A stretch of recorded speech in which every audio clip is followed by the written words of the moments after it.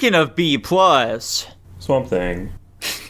That's right, guys. We watched the 1982 Swamp Thing, directed by Wes Craven of Nightmare on Elm Street fame.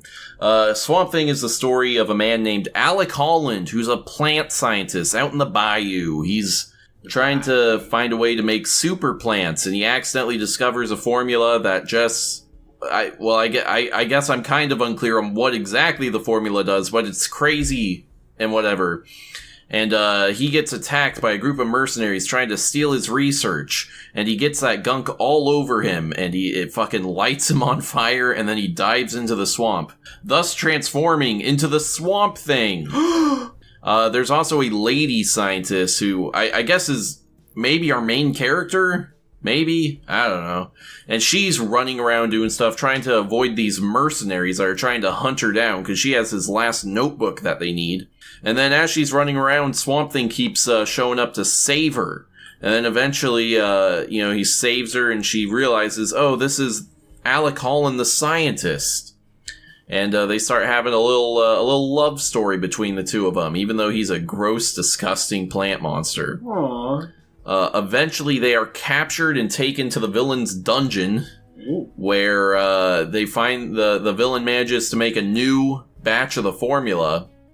But for some reason, when he forcibly has one of his henchmen drink the formula, it turns him into a tiny werewolf-looking kind of creature. Not really a werewolf. It like shrinks him down into a little person size, and he's covered in hair. It's weird.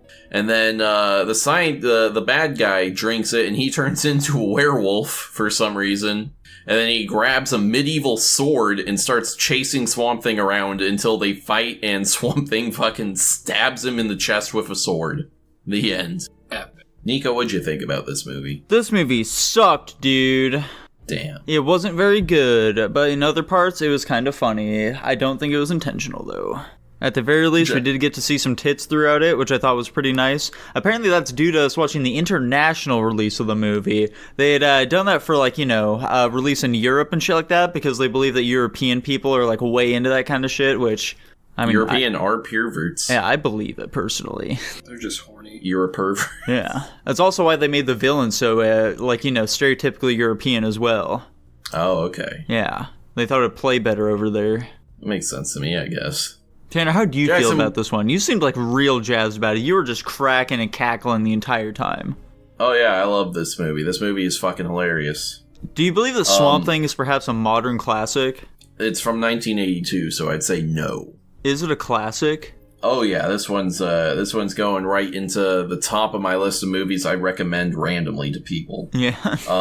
Yeah, I thought this movie was fucking funny as hell, and I was surprised at how action-packed it was. Like, when the lady scientist, she fucking grabs a gun and just fucking destroys some guy. That was fucking funny.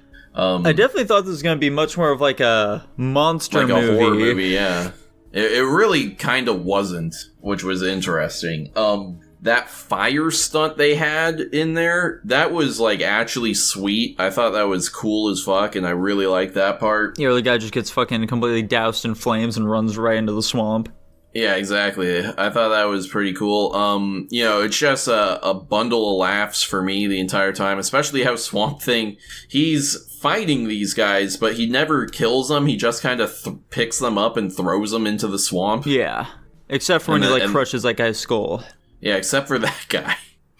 But other than that, he's mostly non-lethal. And then, yeah, the ending is so goofy with the guy turning into a werewolf. That didn't make any sense. And then he grabs that sword and he's just running around after them. And then the Bruno thing being turned into that little gremlin creature, whatever. It's just a lot of really confusing decisions that are very entertaining. Yeah. So this one pretty firmly lands in a so bad it's good movie for me. Especially, that kid, Jude? Yeah. That kid was so, the entire mythos of that character was so bewildering to me that I was cracking up. I love that kid. He's my favorite character. I believe that when Dylan was talking about him last night, he compared him to Mushmouth from fucking Fat Albert. Dylan would not have made that comparison, but I'm glad you did, I guess. Dude, Dylan was a big fan of the live-action Fat Albert movie. What are you talking about? The one starring Kenan Thompson?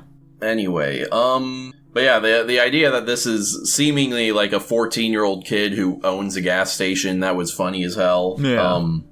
There are a few boring stretches in this movie, but I think they're pretty brief for the most part, so I'm fine with that. And then, the ending was just like, I was dying of laughter at that part, especially when the Swamp Thing looks at the girl and he says, "I'll always be with you," and then he walks off into the swamp. Why did he even say that? Why would he say that? That had me dying of laughter. That could have put me on the floor if I were alone, but it's so stupid, man. It's so dumb. It is. Like, it's very silly. That's the most fucking generic cliche way of ending a movie. But because this movie is old, it was actually the first one to do that, and because I can't think of another movie that did that off the top of my head, you can't dispute it.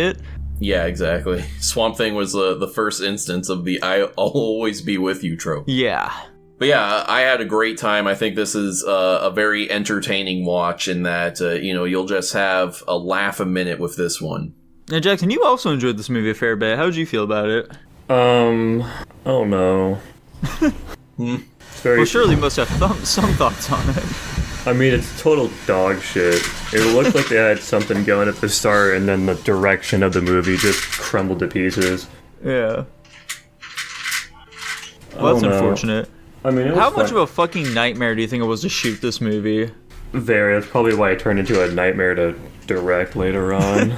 Just wanted to get it done. Yeah, that's probably why they randomly end up in like a medieval castle at the end. Like, fuck this, we can't film in a swamp anymore. This is ridiculous. Hello? Howdy, I was just shutting off the Roomba.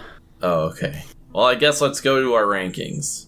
Alright, to kick us off here, Dylan gave this movie a rating, which I am going to read to you right now, a B-.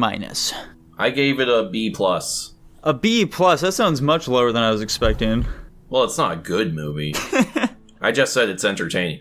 Like, being entertaining can only carry a movie so far. Yeah, approximately into B+ rank. Okay. Jackson, how'd you feel about this one?